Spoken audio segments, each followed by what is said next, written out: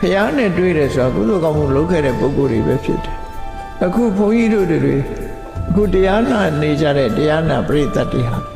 တစ်ချိန်တစ်ခါတော့ကုသိုလ်ကောင်းမှုလုပ်ခဲ့တဲ့ပုဂ္ဂိုလ်ကုသိုလ်နဲ့အလှမ်းဝေးတဲ့ပုဂ္ဂိုလ်ဆိုရင်တရားပွဲနာတော့လာမှာမဟုတ်ဘူးဒါသိချတယ်နော်တရားနာဖို့စိတ်ကူးတော့ရမှာမဟုတ်ဘူးစတိတ်ရှိုးတို့ဘာတို့ပဲသွားကြမှာအဲ့ဒါလို့ဝါဒနာကိုမပါဘူးအဲ့ဒါလို့ခုလိုဝါဒနာပါဖို့ဆိုတဲ့ဒီနှလုံးသွင်းအစ္ဆတရားရရှိလာတာအတိတ်ဘဝနဲ့ဆက်သွယ်လာတယ်လို့ဆိုတယ်ပြီးတော့တရားကိုနာယူနိုင်တဲ့အသိပညာရှိဖို့ဆိုတာလေတာမန်နဲ့မရဘူးတရားပွဲမှာလည်းပဲရည်ကြရီပြောပြီးတော့တသောသောရည်ရမှကျင့်တဲ့တရားမျိုးပဲသွားမှာပဲနော်အခုလိုတရား6ဆိုတာဘယ်သူမှမနာတရား6ဆိုတာအာယုဆိုင်ပြီးတော့နားထောင်ရတယ်နားလဲအောင်နားထောင်ရတယ်ရည်ကြလည်းမပါဘူးမောစရာလည်းမပါဘူးပုံဝတ္ထုလည်းမပါနော်ပုံဝတ္ထုလည်းအမှန်တမ်းနေပြီးသဘာဝတရားတွေကိုပဲပြောတာဆိုတဲ့တရားပွဲကြတော့ရှေးကတရား6လို့ခေါ်တယ်နော်အဲ့တော့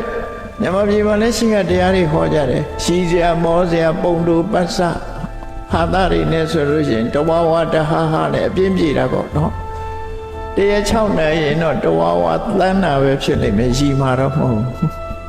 တန်းကျင်တဲ့စိတ်တွေနဲ့တန်းကုန်ကြတာပေါ့နော်အေးဝါဒနာဆိုတာအမျိုးစုံပဲအတိတ်ဘဝတော့ကုသိုလ်ကောင်းမှုတွေလုပ်ခဲ့ကြသည့်အတွက်ကြောင့်ဒီလိုတရားတွေကိုနာယူနိုင်တယ်တရားပွဲလာနိုင်တယ်ဆိုတာဟာလေအဆင့်တစ်ခုပဲလို့မှတ်သားကြမှာဖြစ်တယ်နော်နောက်ပြီးတော့သူလုပ်ခဲ့တဲ့ကုသိုလ်ကောင်းမှုတွေဟာ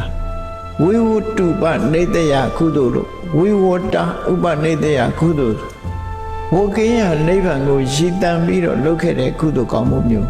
ဒါနလှူလဲဣဒံမေပုံညာနိဗ္ဗာနတပစ္စယောဟောတုသီလဆောက်တည်လဲဣဒံမေသီလနိဗ္ဗာနတပစ္စယောဟောတုဆိုတန်တရားကလွတ်ဖို့ဆိုတဲ့ရည်ရွယ်ချက်နဲ့ကုသိုလ်ကောင်းမှုတွေကိုလုပ်ခဲ့တဲ့ပုဂ္ဂိုလ်ဟာလွတ်ရလွတ်ကြောင်းလမ်းကြောင်းမော့ကိုရောက်ရောက်လာတတ်တယ်ပေါ့ပါရမီမပြည့်သေးဘူးဆိုလို့ရှိရင်တော့ကိုယ်အသိဉာဏ်ကရင့်နေမှရင့်တရသီးတောင်မှပဲချိုးတယ်ဆိုတာမှဲ့အောင်စားမှချိုးတာလေမဆောင်မဲနဲ့ငယ်ငယ်လေးတရသီးသီးကစားလေးခူးစားလို့ပဲချိုးမလဲနော်အဲ့ဒါအချိန်ခါဆိုတာရှိတယ်လူတွေမှာလည်းပဲအသိဉာဏ်ရင့်ကျက်လာတဲ့အချိန်ဆိုတာရှိတယ်